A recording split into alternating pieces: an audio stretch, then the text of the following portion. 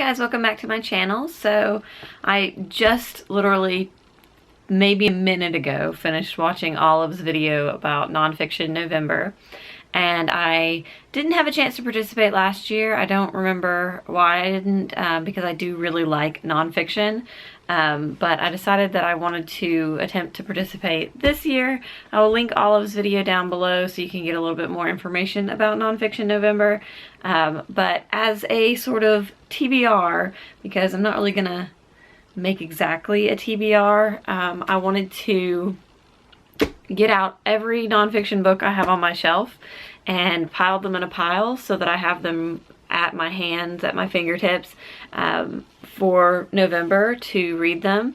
So I'm going to go through all of my nonfiction, tell you a little bit about it, probably a little bit about why the subject interests me, that kind of thing. And yeah, so let's get started. The first book I actually have on my iPad as a Amazon download, and that is My Life in Middlemarch by Rebecca Mead.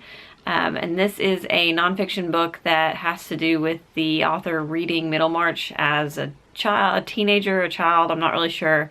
And then it's sort of her reflecting on it and reflecting on life, I think. Rebecca Mead went to my university, Hollins, and so I kind of got interested in her book initially and in Middlemarch because of that fact. My university 2 years ago, I think, did a read-along where they had a class that actually read the book Middlemarch and read My Life in Middlemarch and talked about it.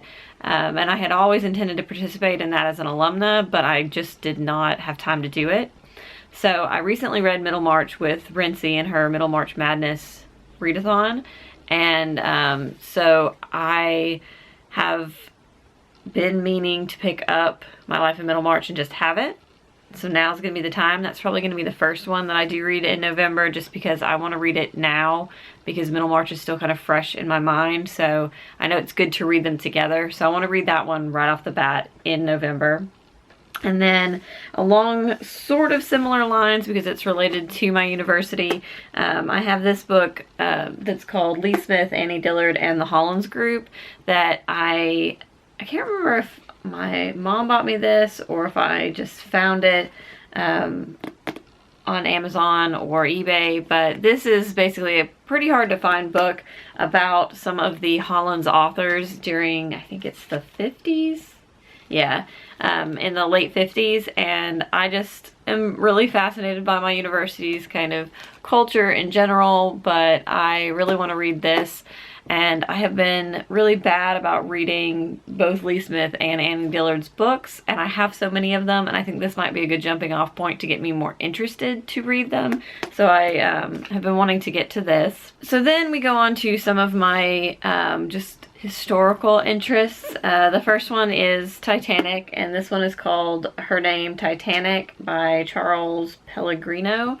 And I think my mother-in-law actually gave me this quite a while back, and I just have not gotten to it. I love reading books about the Titanic and the people, the stories of the people on the Titanic, survivors and not survivors, so this is going to be really interesting. I've not read it. It's a pretty big one, so I may not get to this one in November, but I do intend to eventually get to this one. And then another book that's sort of along the historical lines is Sophie Scholl and the White Rose, and I went through kind of a really intense time of when I really was interested in Nazi Germany, and I still find Nazi Germany really fascinating, just as like how the heck did that happen, especially, you know, when we're looking at the political election. I think it's important to look back on that time and see how that happened, if you get my drift. But I find the story of the White Rose Society especially really interesting. I love Munich, and it's kind of centered in Munich. And I've read, one of the books I had. I think I picked both of these up when I was in Germany at the White Rose Society Museum at Munich University, but I don't remember. But I do find them really fascinating. This one is pretty dense on the information, but I just read, I think I read it last year, the other one. So I'm really interested to get to this one, and I've had it on my shelf a really long time. So then I have a couple of books on the First Amendment. The first one is Freedom for the Thought We Hate. I've tried to start this one a couple of times, but it's one of those books that I've had so long that it has that musty smell. But I did find it recently on Scribd as an ebook, so I'll probably be reading it there. And then the other one is Make No Law, The Sullivan Case and the First Amendment.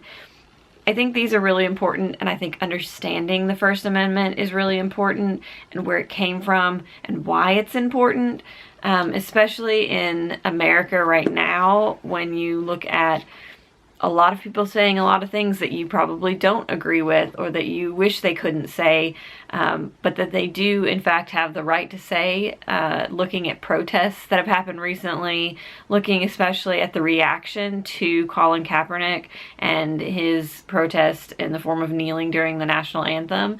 And I think it's important to understand why he has the right to do that and why he should have the right to do that. And I think these books are going to be really interesting. I definitely went through a kind of a time near the end of college where I took a class called Media Law and Politics, where we talked a lot about the First Amendment. And I think I bought all of these around that same time, so that tells you how long it's been, about 8 years. But I've always wanted to do more reading about it because I just really find the history of the First Amendment fascinating, and just kind of the way that we all say, well, I have First Amendment rights, I can speak, but we also are very quick to say that somebody shouldn't have the right to say something we don't like.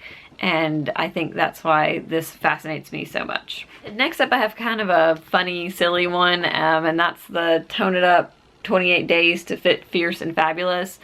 I really need to be doing this again. I've been a part of the Tone It Up community for a while, and I go in and out of phases of participating, and I have not been exercising recently, so I feel like reading this would be a great opportunity to get myself motivated to get back into shape. And then the next one is one I actually got for free in the goodie bag at a social media convention a few years ago, and so I don't actually know what it's about precisely. It's The Commitment Engine, Making Work Worth It. I think it's a book about kind of like how to be happy in your work. I'm not 100% sure. The author was a speaker at the conference, but it has been quite a while since I went to that conference, so I don't remember anything about it. So this I'm kind of less motivated to get to just because I don't remember it. Another one that I've had since college is the Drag King anthology, and I keep meaning to pick this up because I remember really finding it fascinating. I did a paper at some point in college on drag king culture, and this was one of my source materials, and I remember just being really interested in it, and I had it from the library, and then I had to send it back to the library because somebody else wanted it, and so then I looked really hard to track it down, and then I never got around to finishing reading it. And I think I just read random stories in there, but it's basically essays and stories from different drag kings or people who've been involved in the drag king culture, and I find drag king culture really interesting. So this one is something that I might actually get to in November because nostalgia. And the last two, the first of the last two is The Glass Castle by Jeanette Winterson, which is a memoir. This was my booktuber recommends.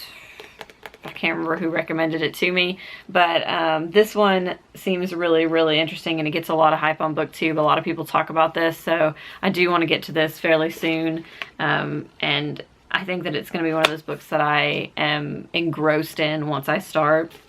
And then the last one is also frivolous and silly, but I can't help myself, and that is Down the Rabbit Hole by Holly Madison. I've actually read the first chapter of this already because I read it for a try chapter tag, and I really was very interested, so I probably will get to this one in November. I, like probably a lot of people, was really fascinated by the show The Girls Next Door, and so this is going to be interesting to me.